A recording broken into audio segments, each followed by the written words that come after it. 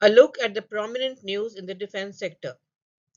The number 4 Squadron Urials of the Indian Air Force, based at Air Force Station Uttarlai, Barmer, is converting from the MiG-21 to the Sukhoi 30 MKI, marking a watershed moment in the history of the squadron, which was operating the MiG-21 since 1966. The MiG-21 was the first supersonic fighter in service of the Air Force and was inducted in 1963. It has participated in all major conflicts since then. India today boasts of two aircraft carriers, INS Vikramaditya and INS Vikrant. INS Vikramaditya is a Kiev-class aircraft carrier modified to suit the requirements of the Indian Navy at a cost of close to $22.5 billion for refurbishment of the erstwhile Admiral Goshov and at another $12 billion for the aircraft and systems she was commissioned on 16 November 2013.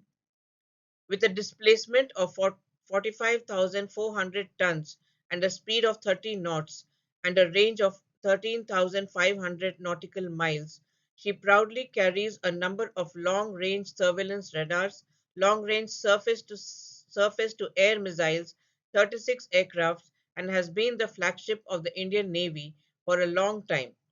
It was a proud moment for India to have commissioned the indigenous aircraft carrier INS Vikrant on 2nd November 2022, a 45,000-ton displacement with similar characteristics of INS Vikramaditya, but with a whole lot of indigenous armament, equipment, and steel across all categories of float, move, and fight.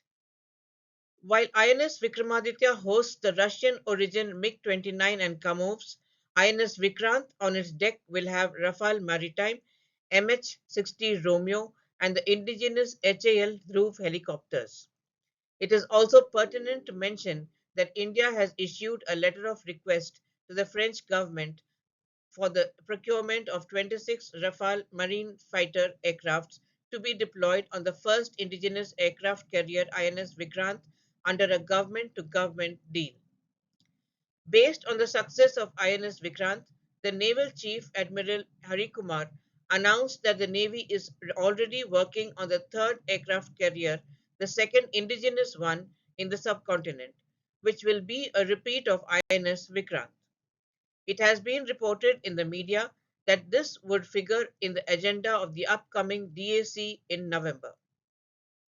The DRDO is developing a liquid metal based reconfigurable antenna for shared aperture.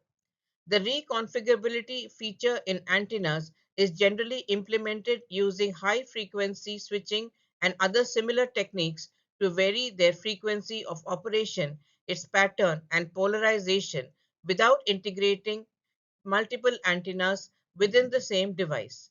This, tech, this technology can be used in radar communications and electronic warfare. The growing demand for the wireless connectivity has insisted a new communication technique to exploit the usage of spectrum in an efficient way. Reconfigurable antennas are the promising antenna technology which offers the flexibility to adapt to the changing propagation environment by reconfiguring the antenna design properties to obtain the desired outcomes. Advances in reconfigurable liquid-based reconfigurable antennas are enabling new possibilities to fulfill the requirements of more advanced wireless communication systems. A team of researchers from the Indian Institute of Science and the University of Wisconsin-Madison, USA, have developed machine learning models for designing next-generation nuclear reactor materials.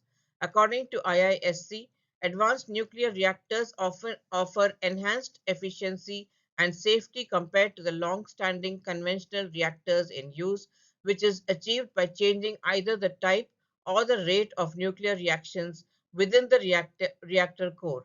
These changes could lead to increased radiation exposure for core materials like thick stainless steel, which were not originally designed to endure such conditions, and an alternative is a special type of steel called ferritic martensitic steel, which is more resistant to damage caused by nuclear radiation. That's all the news for today. We hope you are enjoying the news. Please do subscribe to our channel, and we will be happy to get your feedback. Thank you and have a great day.